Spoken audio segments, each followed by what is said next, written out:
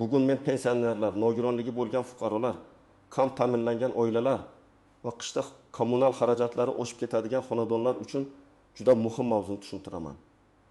Gap oddiy maslahat haqida emas. Gap bir mavsumda 2500 ming so'mgacha tejalishi mumkin bo'lgan imkoniyatlar haqida ketmoqda. Eng achinarlisi, ko'p pensionerlar bunday yordamlar, subsidiyalar, kompensatsiyalar va yangi tartiblar borligini bilmaydi. Bilganlar esa qayerga borishni, kimga murojaat qilishni, qanday hujjat tayyorlashni tushunmaydi. Men bu videoda qish uchun davlat tomonidan berilayotgan yordamlar, kommunal to'lovlarni kamaytirish yo'llari, ijtimoiy himoya orqali olinadigan imtiyozlar, subsidiya va kompensatsiyalarni oddiy tilda tushuntiraman. Bu ma'lumot har bir oilaga kerak. Chunki bugun pensioner bo'lmasangiz ham ota-onangiz, buvingiz, bobongiz yoki qo'shningiz pensioner bo'lishi mumkin. Videoni oxirigacha ko'ring. Hoziroq kanalga obuna bo'ling va like bosing. Chunki bunday ma'lumotni ko'proq odam bilsa, ko'proq oilaning puli o'zida qoladi. Avvallari ko'p odamlar qishga tayyorgarlikni faqat ko'mir olish, gaz ballon to'ldirish, elektr pech sotib olish yoki eski derazalarni yopishtirish deb tushunardi. Pensioner odam pensiyasini olardi, undan dori-darmon, oziq-ovqat, kommunal to'lov, nabiralarga yordam, bozor xarajatlari chiqardi. Qish kelganda esa xarajat birdaniga oshib ketardi. Masalan, yozda elektrga 40 ming so'm to'lagan xonadon qishda 2000 yen yoki 400 ming so'm to'lashi mumkin. Gaz, ko'mir, o'tin, issiqlik, suv isitish, uy ichini isitish hammasi alohida xarajat. Oldingi yillarda odamlar ko'pincha buni faqat o'z muammosi deb qabul qilgan. Kimdir qarz olgan, kimdir dorisini kamaytirgan, kimdir uyini to'liq isitmay, faqat bitta xonada yashagan. Ayrim pensionerlar sovuq uyda o'tirib, pensiyam yetmayapti, lekin boshqa iloj yo'q deb chidagan. Aslida esa ijtimoiy himoya tizimi orqali yordam olish mumkin bo'lgan holatlar bor. Masala shundaki, yordam avtomatik kelmasligi mumkin. Ba'zan murojaat qilish, ariza yozish, ma'lumotlarni tekshirtirish, mahalla yoki ijtimoiy xodim bilan gaplashish kerak bo'ladi. Hozirgi o'zgarish shundaki, davlat dasturlari ko'proq aniq toifalarga yo'naltirilmoqda. Ya'ni hamma odamga bir xil pul berish emas, balki haqiqatan ham yordamga muhtoj bo'lgan oilani aniqlash, xonadonning sharoitini ko'rish, kommunal xarajatlarni hisoblash, ijtimoiy reyestr orqali tekshirish va shunga qarab yordam berish tartibi kuchaymoqda. Bu yaxshi tomoni bilan birga odamdan faollik ham talab qiladi. Agar pensioner o'z huquqini bilmasa, ariza bermasa, ma'lumotlari noto'g'ri turgan bo'lsa yoki xonadonda yashovchilar tarkibi yangilanmagan bo'lsa, u yordamdan chetda qolishi mumkin. Men birinchi navbatda kimlar bu ma'lumotga alohida e'tibor berish kerakligini aytaman. Birinchi toifa, yolg'iz yashovchi pensionerlar. Agar odamning asosiy daromadi faqat pensiya bo'lsa, farzandlari bilan birga yashamasa, sog'lig'i sababli ishlay olmasa, qishda kommunal xarajati daromadining katta qismini yeb qo'ysa, bunday fuqaro albatta mahallaga, ijtimoiy xodimga yoki tuman ijtimoiy himoya bo'limiga murojaat qilish kerak. Ikkinchi toifa, nogironligi bo'lgan pensionerlar. Bunday fuqarolarda xarajat ikki tomondan oshadi. Bir tomondan uy isitilishi kerak, ikkinchi tomondan dori-darmon, parvarish, harakatlanish, tibbiy vositalar uchun pul ketadi. Agar nogironligi bo'lgan odam sovuq uyda yashasa, kasallik zo'rayadi, shifoxonaga tushish xavfi ko'payadi. Natijada oddiy isitish xarajatini tejayman deb undan ham katta xarajatga duch keladi. Uchinchi toifa, kam ta'minlangan oila tarkibida yashayotgan pensionerlar. Masalan, bir uyda buvi, ishsiz kelin, 2 nafar maktab o'quvchisi va vaqtinchalik ishlaydigan o'g'il yashaydi. Rasmiy daromad past, lekin xarajat yuqori. Bunday oilalar ko'pincha bizning uyda yoshlar bor, demak yordam berishmaydi deb o'ylaydi. Bu har doim ham to'g'ri emas. Daromad, oila tarkibi, ijtimoiy holat, bolalar soni, nogironlik, uy-joy sharoiti kabi omillar birgalikda ko'riladi. To'rtinchi toifa, qishloq joylarda ko'mir, o'tin yoki gaz ballon bilan isitiladigan uylar. Shahar markazida yashaydigan odam bir xil tizimga ulangan bo'lishi mumkin, lekin qishloqda har bir xonadon o'zini o'zi isitadi. 1 tonna ko'mir, transport xarajati, yuk tushirish, pechni ta'mirlash, tutun yo'lini tozalash, bularning hammasi pul. Pensioner odam ko'mirni arzonroq paytda olmasa, qish o'rtasida narx va talab oshgan vaqtda qiynaladi. Endi raqam bilan tushuntiraman. Tasavvur qiling. Yolg'iz pensioner oyiga 1200 ming so'm pensiya oladi. Yozda uning kommunal xarajati elektr, gaz, suv bilan nimaga 1000 so'm bo'ladi.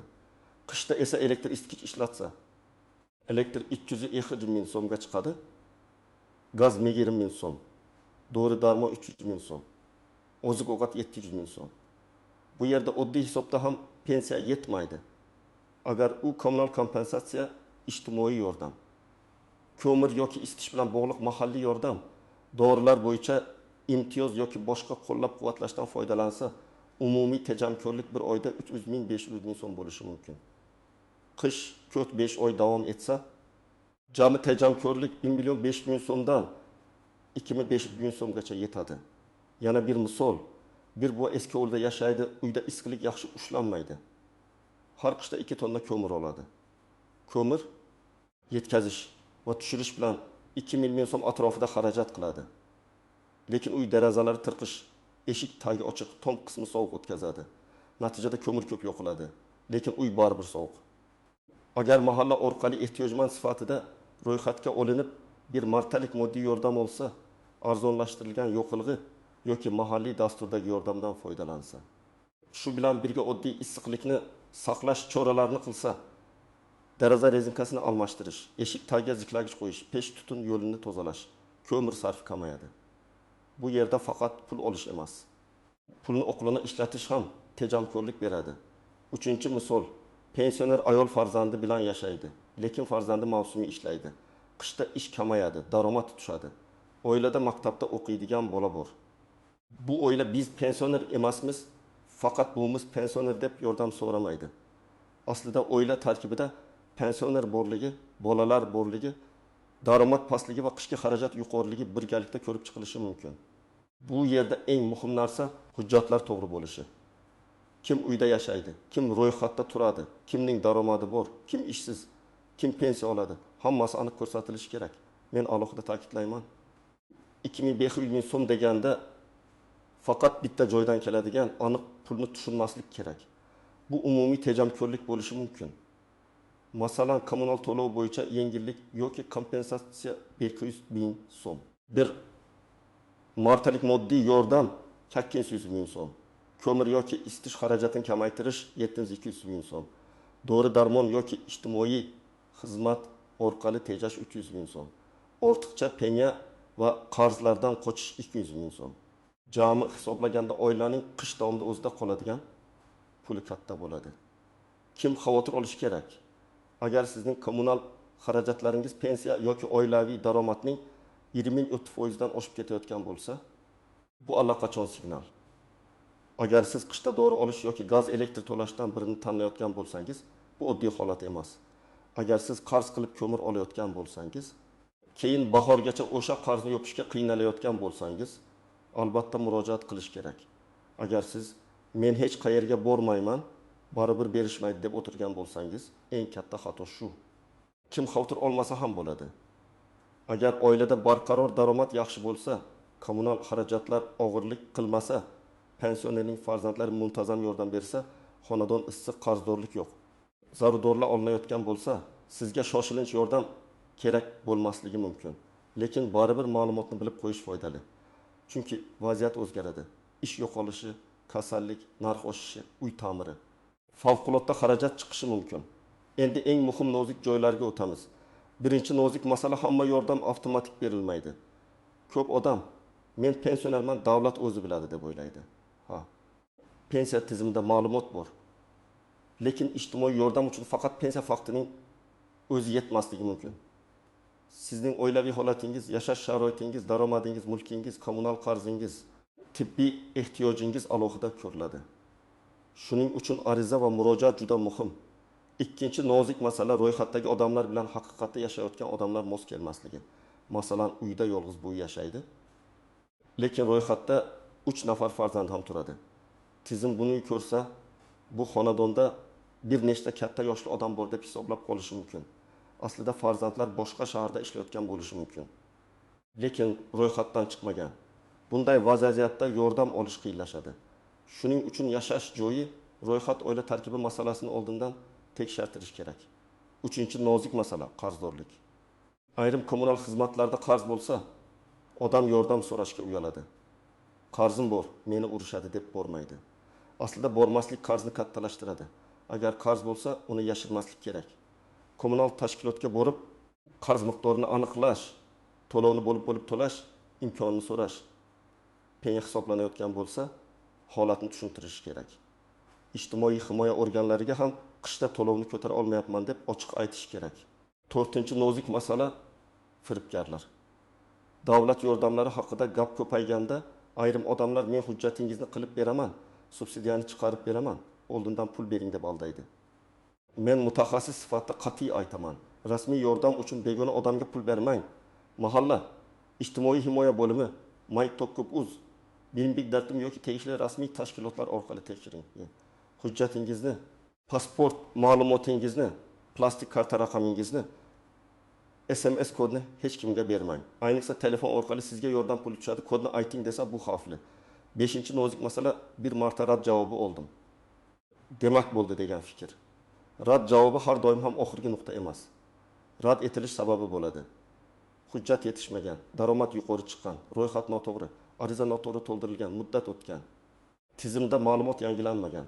Siz rad javobini og'zaki eshitib ketmasdan sababini so'rang. Nima yetishmayapti? Qaysi hujjat kerak? Qachon qayta topshirish mumkin? Qaysi tashkilotga murojaat qilish kerak? Mana shu savollarni berish kerak. 6-nozik masala maliy dasturlar farq qilishi mumkin. Bir tumanda ko'mir yetkazib berish bo'yicha alohida tartib bo'lishi mumkin. Boshqa tumanda bir martalik moddiy yordam ko'proq ishlatiladi. Yana boshqa joyda issiqlik ta'minoti, uy ta'miri. Nogironligi bo'lgan shaxslar uchun moslashtirish, ijtimoiy xizmatlar ustuvor bo'lishi mumkin. Shuning uchun qo'shni tumanda berishibdi. Bizda ham aynan shunday bo'lishi shart deb o'ylamang. Siz o'z hududingizdagi tartibni aniqlashingiz kerak. 7-nozik masala yordam faqat pul ko'rinishida bo'lmasligi mumkin. Ba'zan odam menga naqd pul berishmadi, demak yordam yo'q deydi. Aslida yordam ko'mir, oziq-ovqat. To'g'ri, uyga ijtimoiy xodim biriktirish, kommunal qarzni kamaytirishga ko'mak, reabilitatsiya vositasi, arzonlashtirilgan xizmat yoki maslahat ko'rinishida bo'lishi mumkin. Pul qo'lga tegmasa ham, xarajat kamaygan bo'lsa, bu ham real yordam. 8-masala energiyani tejashni faqat kam yoqish deb tushunmaslik. Pensioner odam sovuqda o'tirib elektrni tejadim desa, bu sog'liq uchun zarar. To'g'ri tejamkorlik issiqlikni saqlash. Deraza tirqishini yopish, pardani kechasi tushirish, eshik tagini berkitish, pechni vaqtida tozalash, elektr isitgichni xavfsiz ishlatish, rozetkalarni tekshartirish, isitilmaydigan xonalar eshigini yopish, issiq suvni behuda oqizmaslik. Bularning har biri kichik ko'rinadi, lekin oy oxirida hisob-kitobda seziladi. Endi men sizga aniq qadamlarni aytaman. Birinchi qadam, oilaviy holatingizni qog'ozga yozib chiqing. Uyda kim yashaydi? Kim pensiya oladi? Kim ishlaydi? Kim ishsiz? Kim nogironligi bo'yicha hujjatga ega? Nechta bola bor? Kim doimiy davolanishga muhtoj? Buni yozib olsangiz, mahallaga borganda gapni aniq tushuntirasiz. Ko'p odam murojaatga borib, hayajondan asosiy narsani aytmaydi. Ikkinchi qadam, daromad va xarajatni hisoblang. Oxirgi 2-3 oyda pensiya qancha tushdi? Qo'shimcha daromad bormi? Elektrga qancha to'ladingiz? Gazga qancha, suvga qancha, dori-darmonga qancha? Ko'mir yoki o'tinga qancha ketdi? Agar kvitansiyalar bo'lsa, olib qo'ying. Telefoningizda to'lov cheklarini saqlagan bo'lsangiz, o'chirib yubormang. Raqam bilan gapirsangiz, murojaatingiz jiddiyroq ko'riladi. 3-qadam, mahalla fuqarolar yig'iniga boring.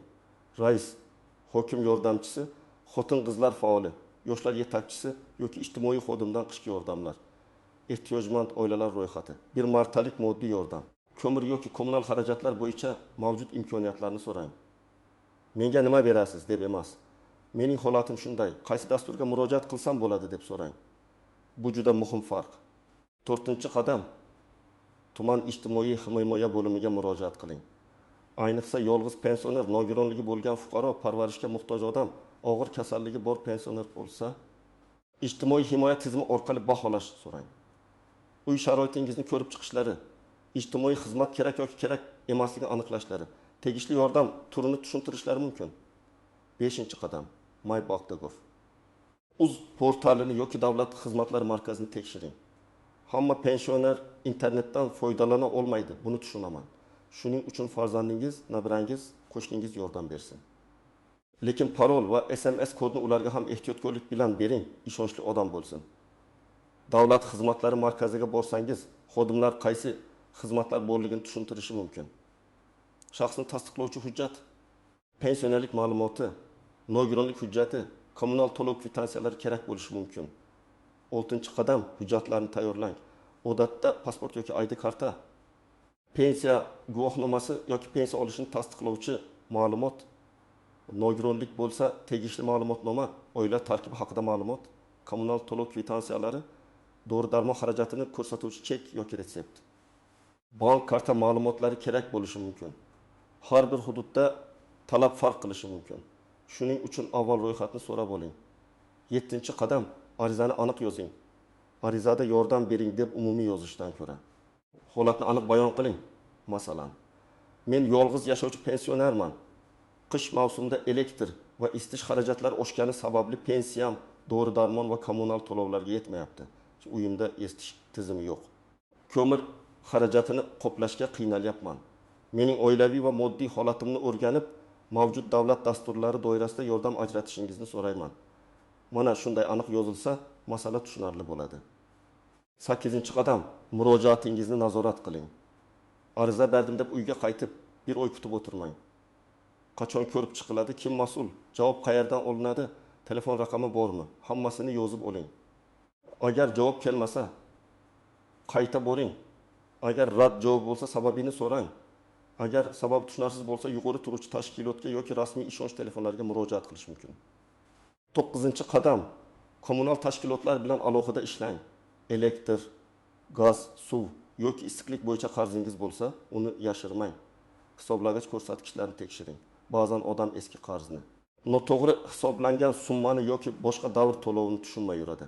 Hisob kitobni aniqlashtiring. Agar hisoblagich noto'g'ri ishlayotgan bo'lsa, rasmiy ariza bering. Og'zaki gap bilan cheklanmaslik kerak. 10-qadam qishga texnik tayyorgarlik qiling. Men bilaman, hamma ham katta ta'mir qila olmaydi. Lekin eng arzon choralar ham foyda beradi.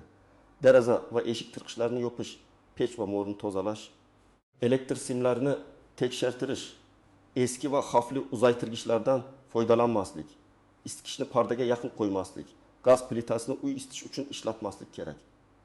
Tejamkorlik, xavfsizlik hisobga bo'lmasligi shart. Bir marta yong'in yoki zaharlanish bo'lsa, eng katta yordam ham kech bo'lishi mumkin. Yana bir maslahat, pensionerlar yolg'iz yurmasin. Agar buvingiz yoki bobongiz hujjat ishlari bilan qiynalsa, farzandlar yordam bersin. Mahallaga birga boring, savollarni yozib oling, javoblarni qayd qiling.